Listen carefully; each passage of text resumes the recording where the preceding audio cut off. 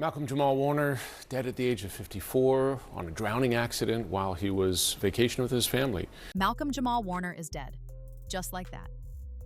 54 years old, on vacation in Costa Rica, and suddenly gone, reportedly drowned by strong currents while swimming with his family. That alone would be enough to shake fans who grew up watching him as Theo on The Cosby Show. But here's the part that doesn't sit right. 2 days before his death, Warner released a podcast episode that sounded less like a casual reflection and more like a final message. A warning. A call to attention. He spoke about the weight of being Black in America, the distortion of Black culture in the media, and the quiet trauma that's been passed down through generations. He wasn't promoting a project. He wasn't reminiscing about the past. He was confronting something, and he sounded like a man who knew time was running out. Now people are asking the real questions. Why was no one listening? Why does it feel like every time a Black voice speaks out, that voice is either silenced or erased? Was this just a tragic accident or part of a pattern that's getting harder and harder to ignore? Let's get into it. Just 2 days before his death, Malcolm-Jamal Warner released what would become his final podcast episode. The title, Not All Hood, but the tone, anything but casual. This wasn't a man riffing on pop culture or offering nostalgic memories from his Cosby days. This was something deeper, something urgent. You could hear it in his voice. Warner sounded tired, not physically, but spiritually. Exhausted by the weight of being misunderstood, misrepresented, and mislabeled. "I'm tired of running for shade," he said. "Aren't you tired of being hustled and played?" He spoke like someone who had peeled back every layer of his public image and finally had nothing left to protect. He questioned the narrative that Black success equals safety, or that visibility guarantees dignity. And perhaps most telling of all, he left listeners with this: if you can't find a reason to smile, then be the reason someone else does. In hindsight, that hits like a goodbye disguised as hope. And now that he's gone, fans are wondering if Warner knew something the rest of us didn't. This wasn't just another podcast episode, it was a breadcrumb trail. And once you follow it, everything starts to feel a little less random and a whole lot more calculated. The official story paints it like this. Malcolm-Jamal Warner was simply enjoying a family trip to Costa Rica when he drowned. A tragic accident, nothing more. But if you go back to his final days and really listen to that last podcast, you start to notice something. He wasn't relaxed. He wasn't coasting. He was ignited. Warner wasn't just lounging poolside. He was wrestling with something bigger, something heavy. His conversation with spoken word artist Tamika Georgia Mee Harper cracked open a deeper truth. When he shared his podcast title, Not All Hood, she challenged him with a simple interruption. Ain't nothing wrong with the hood. That one sentence flipped a switch in Warner. He began to unpack how the media has warped the public image of Black life, reducing an entire culture to crime, poverty, and pain. He wasn't rejecting the hood. He was rejecting the system that profits from its distortion. In his words, the hood has always created American culture. The concept is like what the media shows us is one side of Black culture, and it's the hood side, and the hood side, ultimately historically is what has always created American culture. Sure, right? It gets co-opted from the hood, and then it becomes mainstream. And that wasn't a metaphor. That was a call-out, a shot across the bow of the industry that shaped and boxed in his identity. Warner had entered a space of radical clarity. And for anyone paying attention, it sounded like the start of something, a pivot, a declaration, a truth he was finally ready to speak. But just as that voice got louder, it was silenced. For most of his career, Malcolm-Jamal Warner kept his distance from the phrase Black excellence. It never sat right with him. To Warner, it felt hijacked, twisted into a celebration of fame, status, and external validation. The red carpets, the magazine covers, the shiny awards. But none of that reflected the reality he saw in the lives of everyday Black people. And then came a moment that shifted everything. In his final podcast, Warner described a conversation that changed him, a discussion about Black soldiers whose names were erased from Arlington National Cemetery's official records. These men had served, fought, and died for a country that barely acknowledged they existed.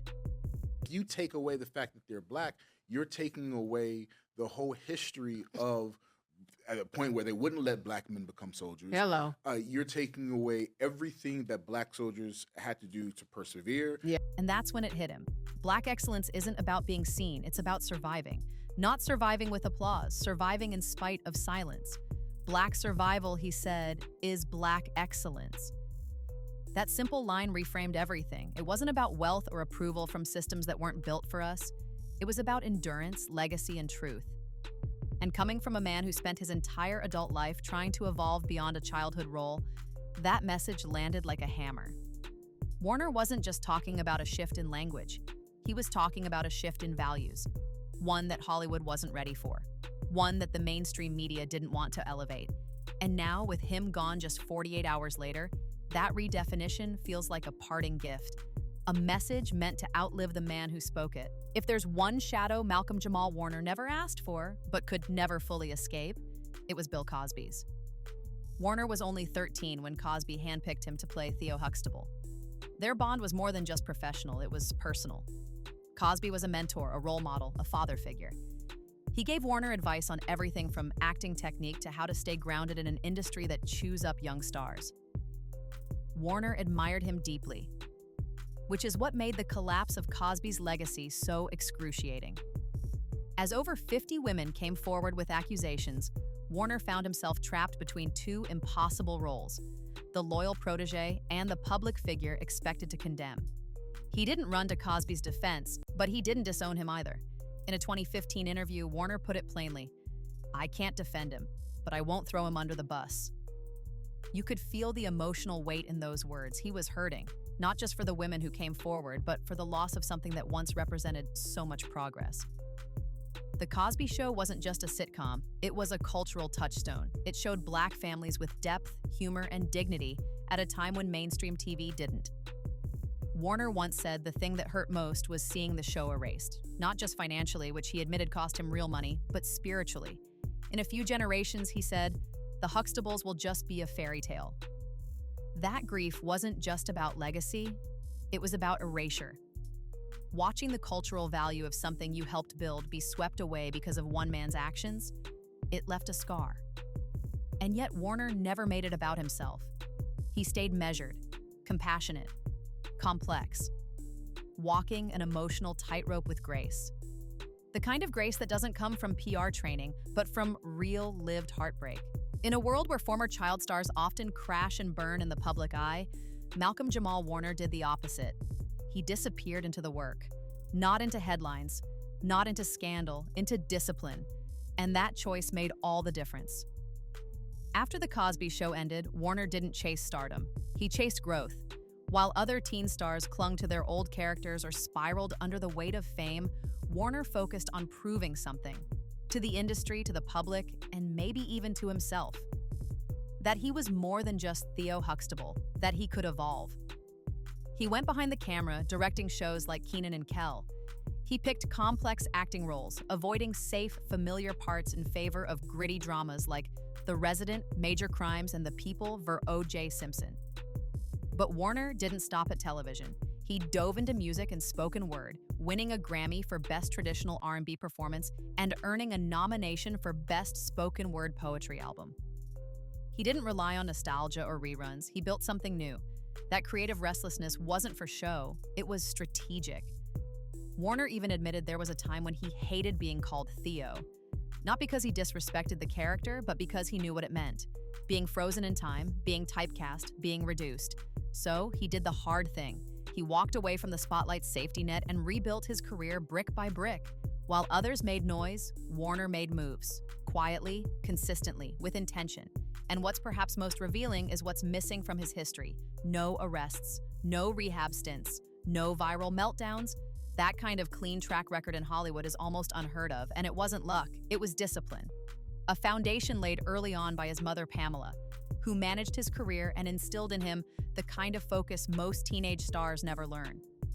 Warner didn't just survive the industry, he studied it, and then he beat it at its own game on his own terms. If Malcolm-Jamal Warner carried himself with quiet strength, it's because his life taught him to. Long before his name started trending or his image became a symbol of calm black excellence, Warner lived through two heartbreaks that would shape him forever. One private and tragic, the other public and humiliating. The first was the loss of Michelle Thomas. She wasn't just his Cosby Show co-star, she was his former girlfriend, his confidant, his emotional anchor during his early adulthood. Though their romance ended in 1994, the bond never broke. In 1997, Thomas was diagnosed with a rare and aggressive form of stomach cancer. Just 1 year later, at the age of 30, she passed away. Warner was reportedly by her side. There were no press releases, no photo ops, just grief. Quiet, devastating, deeply personal grief. Losing someone that young, that close, forces you to grow in ways no fame or success ever can. And it changed Warner. It gave him a kind of inner steadiness, a reverence for life, and maybe a fearlessness about telling the truth. Then came the opposite kind of loss, his relationship with actress Regina King. From 2011 to 2013, they were one of Hollywood's most admired couples, two Black icons, each with long-standing reputations for integrity and substance. But when it ended, it didn't end quietly. Rumors swirled that Warner had suddenly asked King and her son to move out of their shared home. Then in a 2015 interview, King dropped a bombshell. Warner had allegedly broken up with her on Valentine's Day, and then sent her flowers with a note that read, "I still love you." She said she threw them away. It was raw. It was messy. And unlike the quiet sorrow he endured with Michelle, this one became tabloid fuel. After that, Warner pulled back, way back. He became extremely private about his personal life, rarely discussing relationships in interviews or on social media. He'd learned the hard way that some love stories belong in the shadows, far from the noise, the cameras, and the speculation. Together, these two experiences shaped him. One taught him the value of presence in the face of loss. The other taught him the cost of public vulnerability. The result was a man who became even more thoughtful, more guarded, and more deliberate with his words. So when he spoke in that final podcast about survival, about emotional weight, about smiling through pain, you weren't hearing performance. You were hearing someone who had lived it, lost through it, and come out quieter, but stronger. And maybe, just maybe, ready to share what it all meant before time ran out. The deeper you go into Malcolm's final days, the harder it becomes to ignore a chilling pattern. It's not just about Warner. It's about what happens to Black truth tellers in Hollywood, especially those who dare to challenge the script. Every time someone breaks the mold, peels back the curated image, or says what's not supposed to be said, something strange follows. Tragedy, disappearance, silence. Think about it. Chadwick Boseman, quietly battling cancer while releasing a series of roles that redefined what Black heroes looked like. Nipsey Hussle, gunned down in front of the very community he was trying to rebuild. Dave Chappelle, almost erased from the industry the moment he said no to exploitation. And now, Malcolm, a man who after years of walking the line finally let go and spoke unfiltered truth, only to be gone 48 hours later. In his final podcast, Warner wasn't just reflecting, he was confronting. He talked about appropriation, cultural erasure, and the weight of being Black in a world that profits off your pain but never honors your legacy. And just as those conversations started gaining traction, he vanished. Official reports say it was a drowning, but to many listeners, it felt more like a silencing. Another voice taken right when it became too clear, too loud, too inconvenient. The video doesn't scream conspiracy, but it doesn't ignore the pattern either. Because at a certain point, coincidence starts looking like choreography. The same industry that applauds Black excellence from a safe distance never seems to know what to do when that excellence gets too honest, too raw, too real. Warner wasn't trying to be a martyr. He was trying to be transparent. But in Hollywood, transparency can be fatal to your image, or worse, your presence. And now fans are left wondering, did Warner know? Did he sense that saying too much might cost him everything? Or was he simply tired of playing it safe? Either way, his timing and his disappearance feels less like a random tragedy and more like a page out of a familiar, uncomfortable story. A story that keeps ending the same way. When the news of Malcolm's death broke, something felt off, and not just the story itself. It was the response, or rather the lack of one. There were no massive memorial specials, no televised retrospectives, no viral tributes from Hollywood's biggest stars. Just a few headlines quietly posted. And then silence. For a man who helped shape one of the most iconic shows in television history, who brought depth and sensitivity to millions of living rooms every week, that kind of silence isn't just an oversight, it's a statement. Or maybe it's a warning. And then there's the Meghan Markle moment. It was subtle, almost easy to miss, but not if you were paying attention. In an earlier podcast appearance, Warner was asked what it was like working with Markle on the show Suits. He gave a diplomatic answer at first, said she was cool, nice, professional. But when asked if he knew she was Black, Warner's tone shifted. He replied, "The great thing is that she knew." A short sentence, but layered with meaning. He wasn't just pointing out her awareness of her own identity. He was calling out a choice, a proximity to whiteness, a navigation of privilege, and perhaps even the unspoken Hollywood rule that Blackness is only acceptable when it's palatable. Warner didn't accuse, he didn't drag, he didn't have to. It was in the pause, in the weight of his words, and now, in hindsight, it feels like yet another breadcrumb, another moment where he challenged the system without ever needing to say it directly. That's the thing about Warner. He didn't live loudly. He lived intentionally. He worked. He reflected. He challenged narratives. But Hollywood, the same industry that elevated him as a child, kept him at arm's length as an adult. He wasn't flashy enough for TMZ. He wasn't controversial enough for clickbait. He was just honest. And that, in this business, might be the most dangerous thing of all. So when he passed, the industry that should have lit up with tributes instead looked the other way. And that silence, that's what's deafening. Because when a man like Malcolm-Jamal Warner, an icon, a truth teller, a survivor, dies with barely a whisper from the world he gave everything to, the question isn't just why he died, it's why no one said anything at all. By now, the pattern should be clear. Malcolm didn't just die. He left something behind, a message, a map, a final piece of himself embedded in his last podcast episode, one that spoke of survival, identity, and truth in a way that few public figures ever dare to do. This wasn't a celebrity exit filled with glitz or tragedy porn. It was quiet, intentional, almost like he knew the spotlight would only briefly return before moving on again. And he had one last chance to say what needed to be said. He reminded us that Black survival is a form of excellence, that cultural erasure isn't just something that happens in textbooks, it happens in real time on television, in cemeteries, in careers. He pushed back against the media's reduction of the hood, against the sanitized images of what's considered acceptable Blackness, and against the idea that legacy should be built on what you own rather than what you endure. And then, he was gone. No trending hashtags, no star-studded memorial, just a few quiet headlines, a grieving fan base, and a podcast episode that now sounds like prophecy. We're not here to make conspiracies out of coincidences, but we are here to ask questions, to pay attention. Because every time someone starts telling the uncomfortable truth, it seems like they're taken from us just as their voice reaches full clarity. Malcolm-Jamal Warner deserved more than a headline. He deserved more than a shrug from the machine that once cashed in on his image. He deserved to be heard, not just remembered. His final message wasn't entertainment, it was a warning. And if we don't listen now, we might not hear the next one until it's too late. So ask yourself this.